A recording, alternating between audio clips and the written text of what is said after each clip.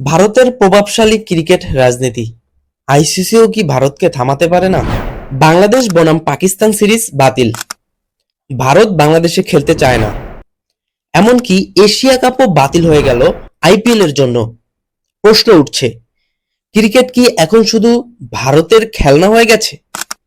আজকের ভিডিওতে জানাবো কিভাবে ভারত আইসিসির নিয়মের বাইরে গিয়ে চালায় বিশ্ব ক্রিকেটের রাজনীতি। সাম্প্রতিক পাকিস্তানের সাথে বাংলাদেশের সিরিজটি বাতিল করা হলো সীমান্ত উত্তেজনার কারণে।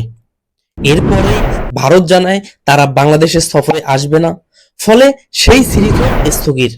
আর ভারত ও শ্রীলঙ্কা যৌথভাবে আয়োজিত এশিয়া কাপ সেটিও বাতিল করেছে ভারত, কারণ তখন চলবে আইপিএল।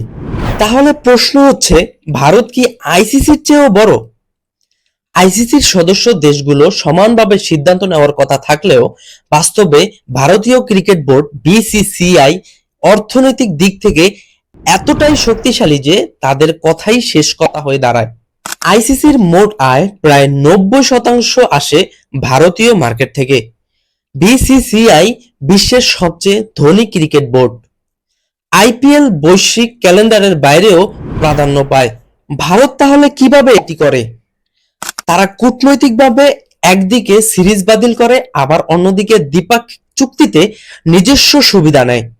অনেক সময় তারা অন্য দেশের সফর বা টুর্নামেন্টে অংশ না নিয়ে সেই সময় আইপিএল বা অন্য ফ্র্যাঞ্চাইজি লিগে খেলোয়াড়কে নিয়ে ব্যস্ত থাকে।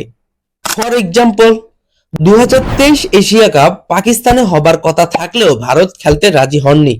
এর বদলে হয় শ্রীলঙ্কায় হাইব্রিড মডেলে। বাংলাদেশ, পাকিস্তান, শ্রীলঙ্কা বা ওয়েস্ট ইন্ডিজ এই দেশগুলো বারবারই ভারতের প্রভাবের শিকার হয়।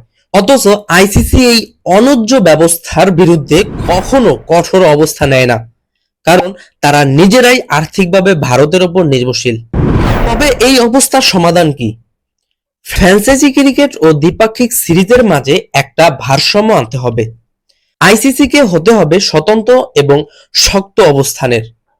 ভারতের বাইরে আয় বাড়াতে হবে আইসিসির, না হলে গ্লোবাল ক্রিকেট শুধু এক দেশের ইচ্ছার ওপরই চলবে। আপনার কি মনে হয় ভারত ক্রিকেটকে নিজের ইচ্ছা মতো চালাচ্ছে? কমেন্টে জানান আপনার মতামত। ভিডিও ভালো লাগলে লাইক করুন, শেয়ার এবং সাবস্ক্রাইব করতে ভুলবেন না।